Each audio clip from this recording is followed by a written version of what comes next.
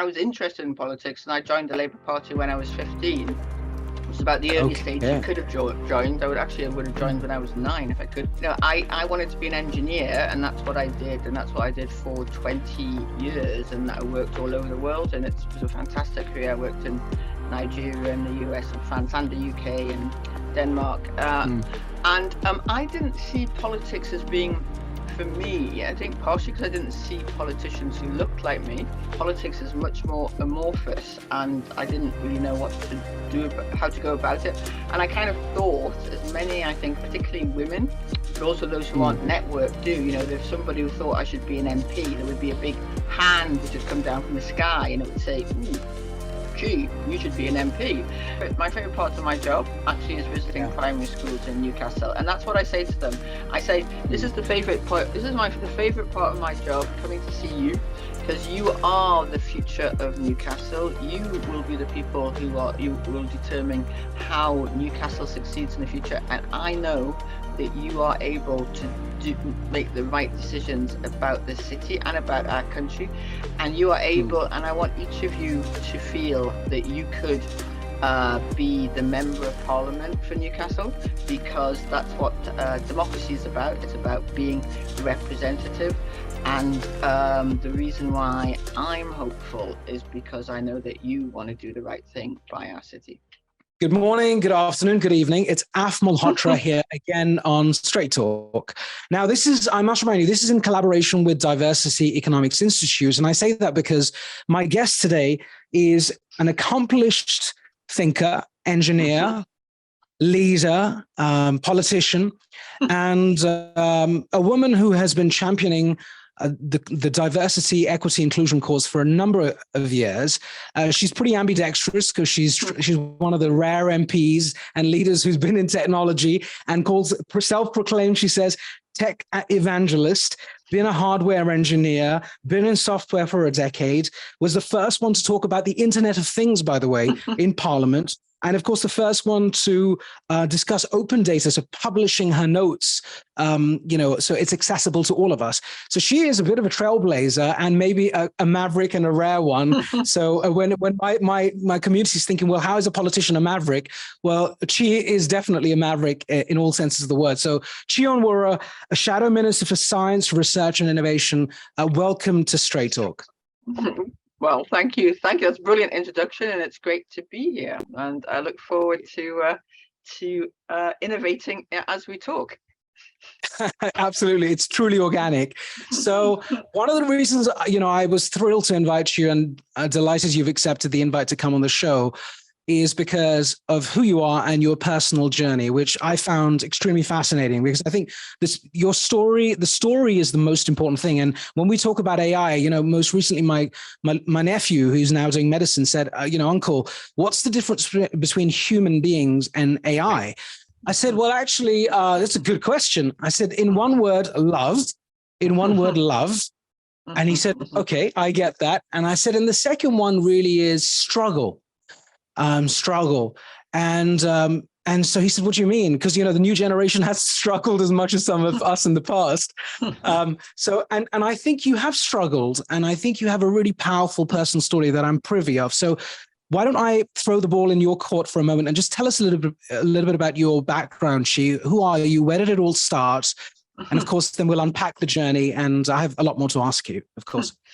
Well, thanks very much, Af, and that's a great question to start with. But in terms of talk about my background, I suppose it started in a way which is where I am now, where I'm speaking from, which is Newcastle upon Tyne in the northeast of England, which is where my father came from Nigeria to study on a British Council scholarship.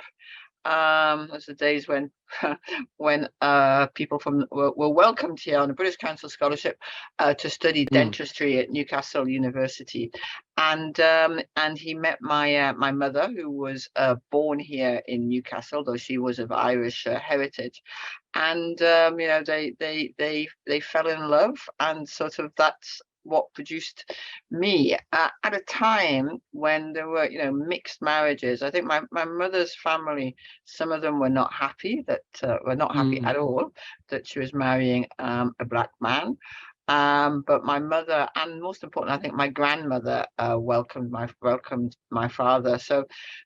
And my first few years were quite notable, in as much as, so I was born, and then my parents decided to move to Nigeria when I was 6 months old, and did that in wonderful timing, as some people have, that they did that literally a year before the Biafra War.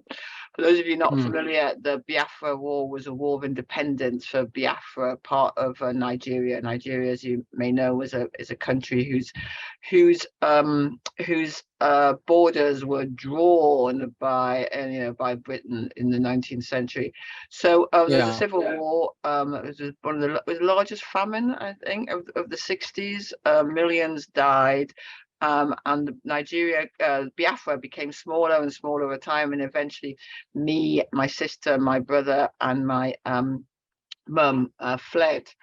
And actually, just on politics, I use this as an example to Rishi Sunak, our Prime Minister, of why his current approach, the laws he's bringing in that say that unless you came through a legal means to a country, you can't apply for asylum. And he's saying he was going to send everyone to Rwanda who comes on small boats.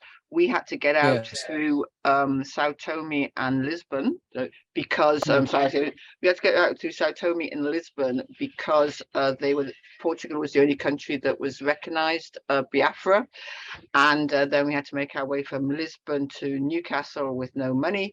And eventually we ended up back at my grandma's in Newcastle. So I think that early experience of war, and I remember air raids. I remember the lack of food. That early experience of war and famine really sort of marked me, and particularly gave me my mum was a big believer in social justice. That's what sort of drove me to politics. It's also what to some extent drove me to engineering, because I always say engineering is what fixes and what makes the world a better place. But that was kind of that. If the question is how it all started, that is how it started. And did you have siblings? Were they there in Nigeria as well?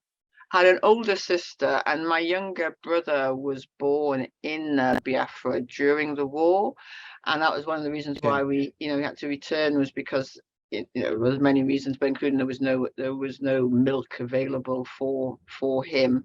And fortunately, as my mother had a British passport, so did I actually, so did my sister, we were able to leave. My father stayed behind. He was in the Biafran army. Right. So he stayed on there. Did he come back to the UK? Or? No, I mean, the war went on for a long time, and even after the war ended, there was sort of the famine, and so in fact my parents ended up splitting up. So he stayed in Nigeria, and we were brought up in Newcastle in a council home. So that's government or public authority housing for those who can't afford to house themselves, as it were. We were brought up in a council estate in Newcastle. Without my mum couldn't work because she was disabled, so it was a very talk about challenges. There were a lot of challenges there. There was poverty, there was racism, there was also sexism, and my mother was facing her disability, and she also had cancer. Oh gosh. And did you of course that's a very challenging, traumatic yes after that everything seems easy. and that's why I used the word struggle earlier on, because I've started this is my 110th show, and it's surprising every time I interview someone, and a lot of authors because authors do have stories, they delve into a lot of detail into a particular subject and so on and so forth.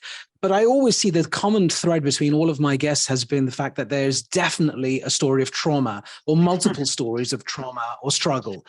And it does shape you to a large extent, and it drives you. It gives you the mojo that you need to get to, I guess, the next level, because you want to do better. You want to do better. I think I read somewhere when you started to appreciate the UK because it was a democracy, and you had just come from a war-torn environment to a more stable environment, albeit racist at that point.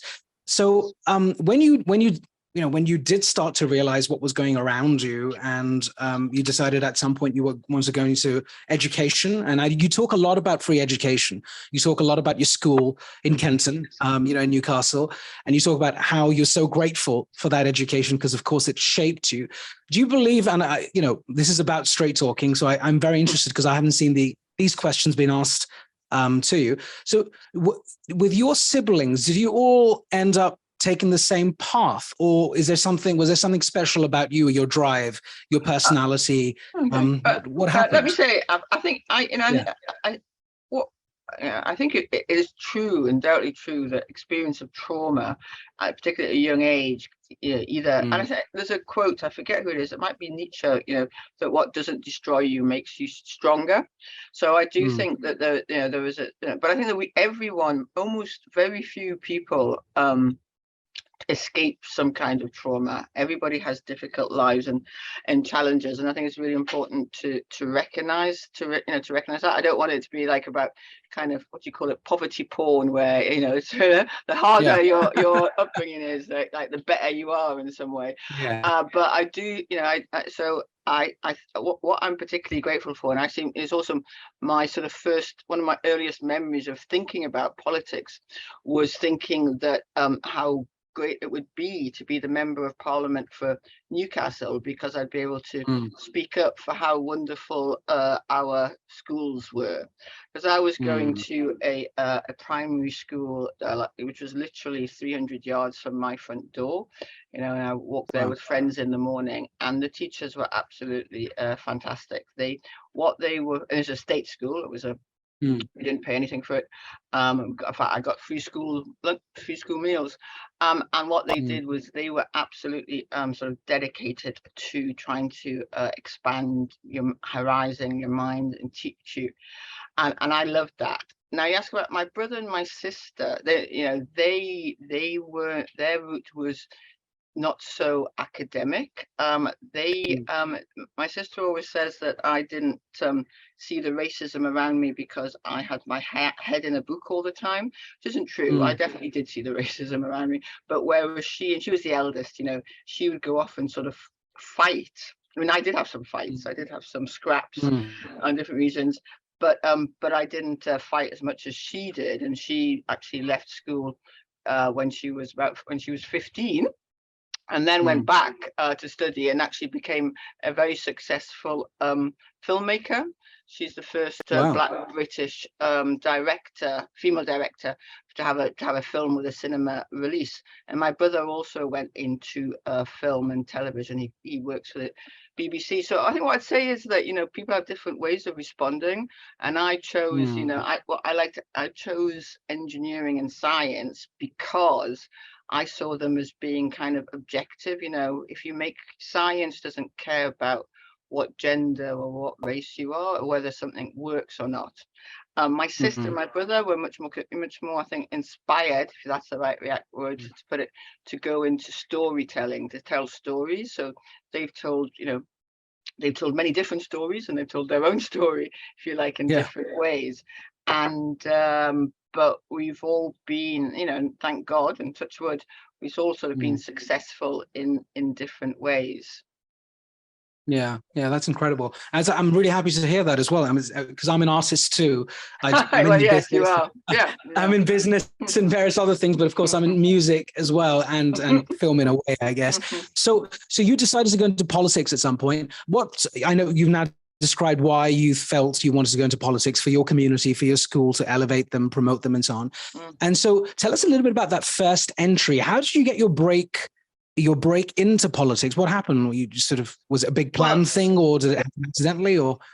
That's a great question. That's a really good question. I have to say, I decided I was interested in politics, and I joined the Labour Party when I was 15. It was about the earliest age you could have joined. I would have joined when I was 9 if I could. I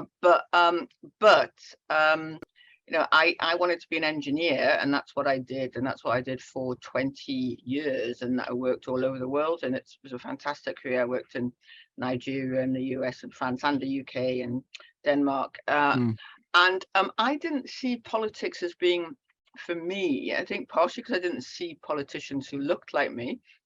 but also because I had Yeah. no idea what the process was. It's not like, one of the things I liked about engineering was, you send in your CV, you show how, you get a degree in engineering. There's a career path, whereas politics is much more amorphous, and I didn't really know what to do, how to go about it.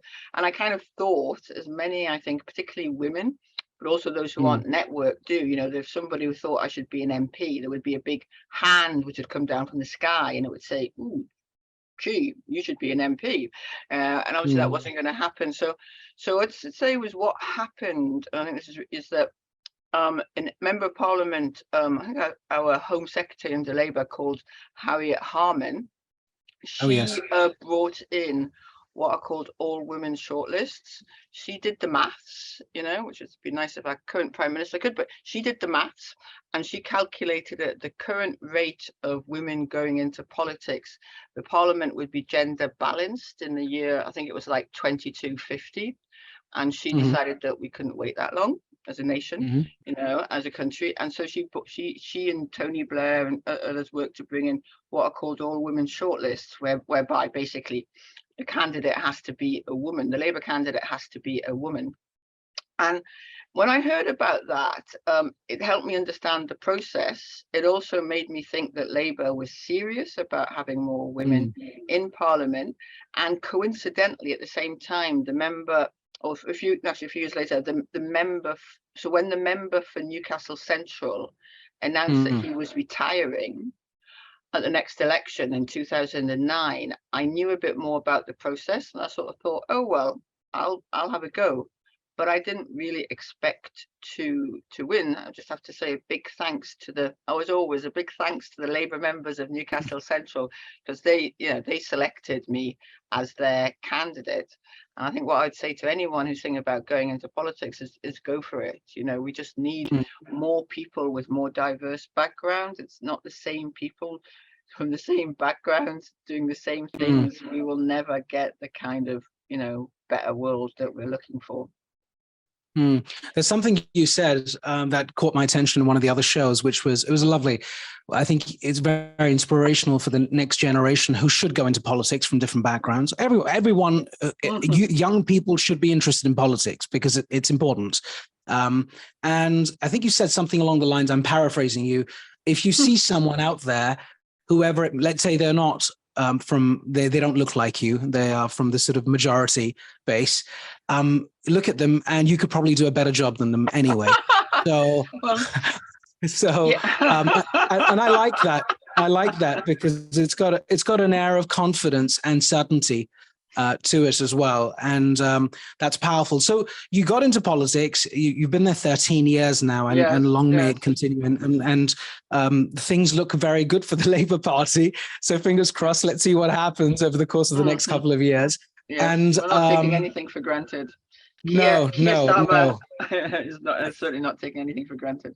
But the Tories seem to be running a campaign to get us into government by the mistakes and the crashing the economy and the scandals. Anyway, but yeah.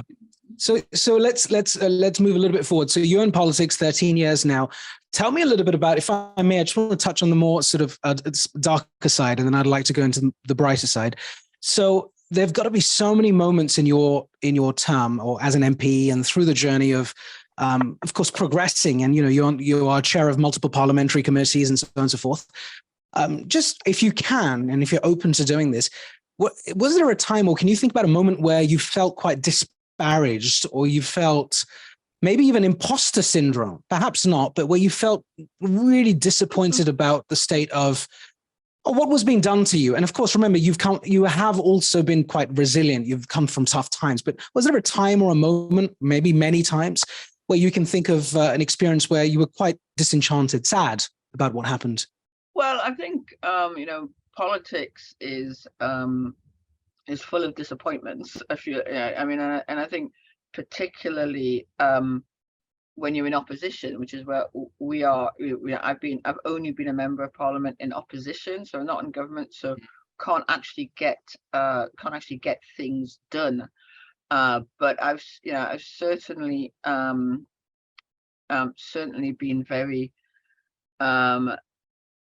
affected by abuse online, and particularly when when it's racialized or misogynistic.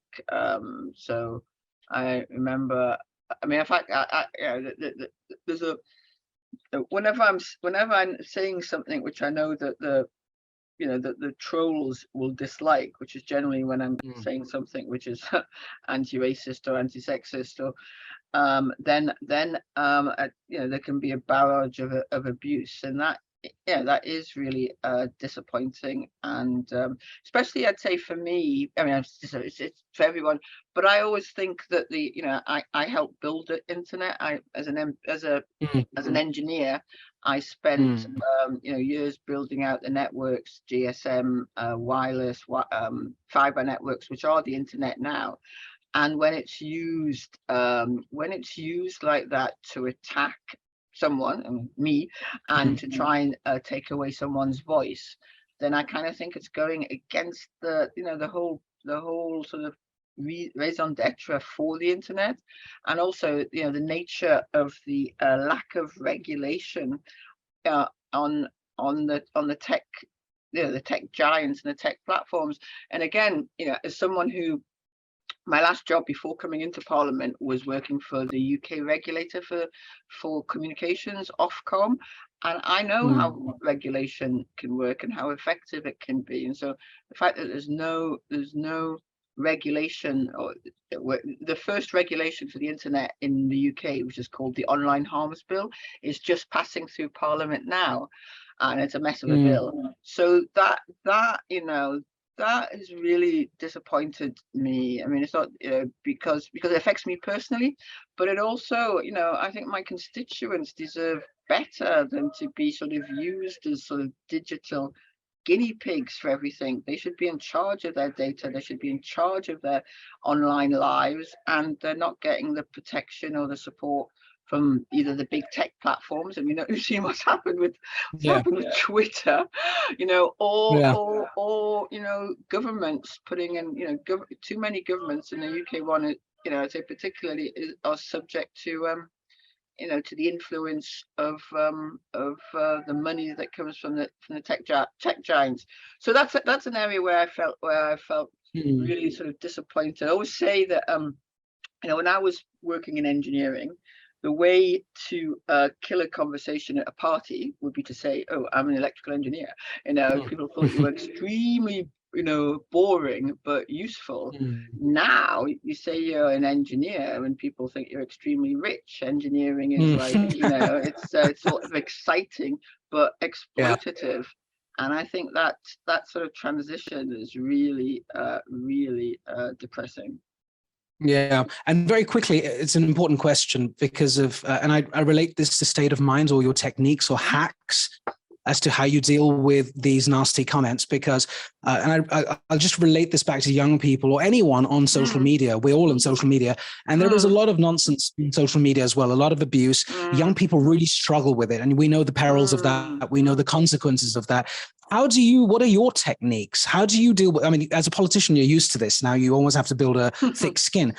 Is anything you can share with us where you're like, I do this or I don't do this? And what do you do to deal with this? That's a great question. I just want to say actually that one of the biggest mistakes I do think that we made, and this is grown-ups, if you like, is that I don't know, remember when the motto was "Don't feed the trolls," so don't respond online, don't respond to abuse. And what that did was that it left the internet as a safe space for trolls. And actually it encouraged it, and I think, that advice, as it were, which was advice that was given to by many different organizations, that advice is no longer given. I think people respond, and if I'm it's a personal decision. You don't want to take up all your time responding to the idiots that are on the internet, but you shouldn't feel that your voice should be excluded. And I think it's also really important to go to the help of others. So others who are, when there's a pile-in or whatever, to go to the help and support of them. And so what I do, is I tend to pick my battles. But if somebody is being abusive or aggressive to me, then I will go for them, and I will respond to them. If I'm alternatively though, if I'm feeling down, or I'm not feeling, then I'll just switch off from social media for a couple of hours, or even a day or so, if I've done something very controversial and I'm getting a lot of attacks. But I think it's really important, just if young people who are experiencing this, to it's your choice how you respond. You should be able to find supporters online. You should be finding support and supporters online. And the people who are the most aggressive online are the saddest people in the world generally. Because that in my experience, that's their outlet. Don't be like them. I know you've got to run off because you've got a crazy day. So we'll spend another 5 minutes if that's okay. And I had a couple of more questions before we wrap up. This is a very important topic because one has to, rather than going to 15 different areas, one has to address this element quite clearly. And you are right. You talk about agile regulation as well, and I like that because the perception of regulation is generally slow, inhibiting, sucking out all of the mojo, anti-innovation. But you are right. If regulation is done in the right way, dynamically, by the right people, of course, it can actually be very good for society and business, right? Absolutely. And that's that's one of the just one of sort of the lessons I learned, and I think the internet and shows that as well. I mean, depending on how old you think the internet is, whether it's a teenager, or like Facebook is, or 20, or in its early 20s, or whatever, it's been around a long time. It is not rocket science. Literally, it is not rocket science. And some of the harms are were easily predictable. I know that because I predicted them when I was working at Ofcom, and yet we spent a decade not doing anything. So I think it's a myth that certain types of sort of tech bros want to put out, that technology is so amazing that government can never do anything to make it work better, or make it work in the interests of people. And just look at airlines, or look at cars, and see how they have regulation around them, and it doesn't stop innovation. But the other thing is that regulation, when it's about making it more competitive, can actually drive innovation. Because if you look at who's got, we've got big tech giants who have access to most of people's data, and the smaller companies who are wanting to do innovative things, they want that to be opened up. They want to be able to people to move their data onto new platforms, or as someone who spent like 2 months trying to move my photos from Google to Microsoft, it is not it's not easy now, but you can certainly make it easier. So the right kind of sort of forward-looking regulation can actually make things more competitive, encourage innovation, and protect consumers all at the same time. Because big incumbents will not, or very rarely, foster real innovation. And what we've got now in a lot of tech is big incumbents. Beautiful. So last two questions. One is the good side. So is there any moment during even in the recent times, a bill got passed, or something you've been working on for a number of years, you succeeded? Because it would be lovely to hear that too. Yeah. Well, you know what? Let me do a couple of examples of that, because it is the and so every week here in Newcastle, we succeed in helping people, and we succeed in, people. Like, I had a constituent whose benefits had been stopped in error, and she couldn't get any response from government. My office came in, we got her, £1,200, say, and that makes a huge amount of difference to them personally. And then, in a more kind of constituency level, I campaigned to ensure that there was local mental health support though for your particularly girls who suffer from eating disorders. They're going to close down a local clinic, and I campaigned with parents and sufferers, and got that changed, had that happen. Wow. Got the mental health, and that was really important, because if you send young girls hundreds of miles away from their support, they're less likely to recover from eating disorders. So and then there have been many sort of moments of when you're in opposition, there aren't many moments of victory as you would like, but that the moments like that are really great. Beautiful, amazing. And my last question, really, I could speak to you for hours. Of course, there's so much to discuss. But my last question is really to do with a world that we are creating today. You are creating as a politician, as a leader. You're doing the best you can for your constituents and for the country, and hopefully it'll lead to some good outcomes for you personally, professionally, and for the Labour Party. The future will have so many different sort of sliding doors, right? So many scenarios. We don't know where we're going to end up. And like you said, Keir Starmer, none of you are taking anything for granted, which is fantastic. And I can see that. The fact that you're on the show today, it's not as if I'm doing benchmark versus, the other party. But the fact that you're on the show today, you're speaking openly, is what we want from people who represent us. Let's be honest. That is what we want. We want accessibility. We want an open source connection between the electorate and the politician, right? Not absolutely. Just I think that's a really important point, because the reason why I'm here is because people, thank God, voted. And unless people feel that voting actually, impacts their lives, and they have access to the people they voted for, then people won't carry on doing it. So you're absolutely right there. There has to be that accessibility for politicians, and that reflects, that I reflect on what I'm hearing from you, and particularly what I'm hearing from constituents.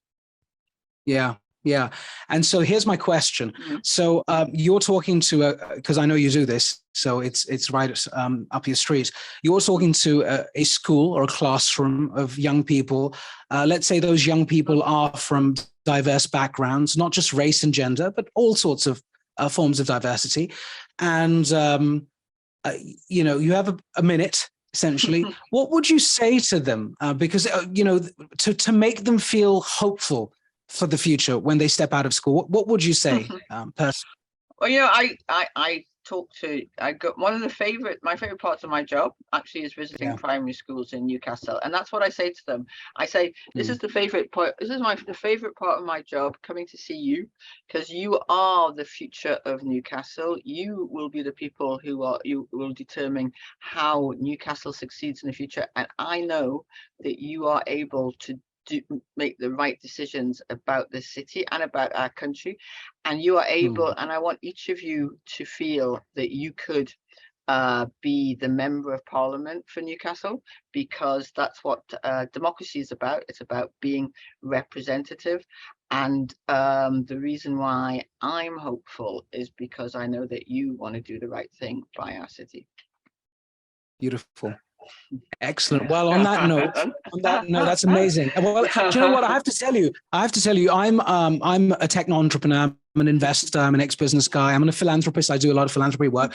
And I'm deeply interested in politics, but I've never been interested in going into politics. And we had this conversation when we meet face to face. And I had a different idea. I said, you should take people from the diaspora, people from business, people from whatever community, and they don't always have to be politicians, but they can assist politicians in some way. But I have, for a little bit of this call, I have been thinking about my statement, because you've inspired me, because you use great. You've used certain words, because how else am I going to create change? No, how else am I going to create change for my children unless I get up and I do something better? So thank you for inspiring all of us. I'll send you how to join the Labour Party. Well, perhaps, yes. But you have been wonderful, Chi, and thank you for coming on my show. No, thank you. It's been fun. See you again. Yeah, it's been fun. Have a wonderful day. Keep fighting. Keep doing what you're doing. It makes a difference to a lot of people, not just the people of Newcastle, as you can probably tell. You have a much bigger responsibility, unfortunately for you, for society. For society, and God bless you, and hopefully you'll be successful in your mission in the next couple of years. But thank you very much here from all of us and from me personally. So we're signing off now. Thank you to the Shadow Minister of Science, Research, and Innovation, Chinyelu, and MP for Newcastle. I'm Af Malhotra, and I say goodbye today. Thank you, Chi. Thank you very much.